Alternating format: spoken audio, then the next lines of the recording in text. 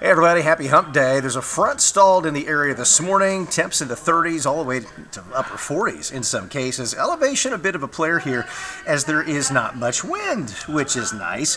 The front that looked like it was going to be up, say, Stockton to Rolla yesterday for today, now looks to be a lot closer to like a Eureka Springs to West Plains line. So that does affect the temperature for today. I think we'll look at mid 60s around Springfield to Houston, and then around 70 in northern Arkansas. Honestly, wouldn't shock me if it goes a bit warmer than that there, but 50s to the north. And then temperatures mild through a good chunk of tonight, but then you can see the drop coming tomorrow morning, and it just doesn't recover tomorrow. Now, there's not much more than just high clouds out there right now, and I think that's going to continue. You notice how they're moving from southwest to northeast. That's how we know they're low, or rather high, but the atmosphere is actually pretty dry. So there's the front. Now watch what happens here. I've got a couple things painted on here. Number one, the future radar, but this shaded area to the south, bottom of your screen, that's the instability. So you look at the top here where we've got that banner. You can see we go from low to medium. It's kind of in that range. Now the day itself is going to be dry, but a brief surge of moisture.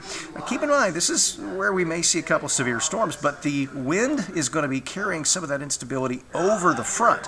So even on the cooler side of the front, we're likely going to see some scattered storms, but we may see along the front and areas to the south here a few severe storms. Wind and hail would be the threat. There's midnight tonight, and there's 2:30 or 2 o'clock anyway. This will all be out by the time you wake up tomorrow morning, and we get that northwest wind.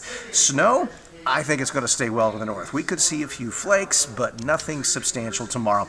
Here's the severe risk, and this has to do with that brief surge of unstable air. Wind and hail will be our primary threats. We didn't do a first alert day because this won't happen until at least after 9 o'clock tonight, and it'll be gone by tomorrow morning. So it is a brief threat and confined to our southern counties. One last thing I want to show you, the wind chill.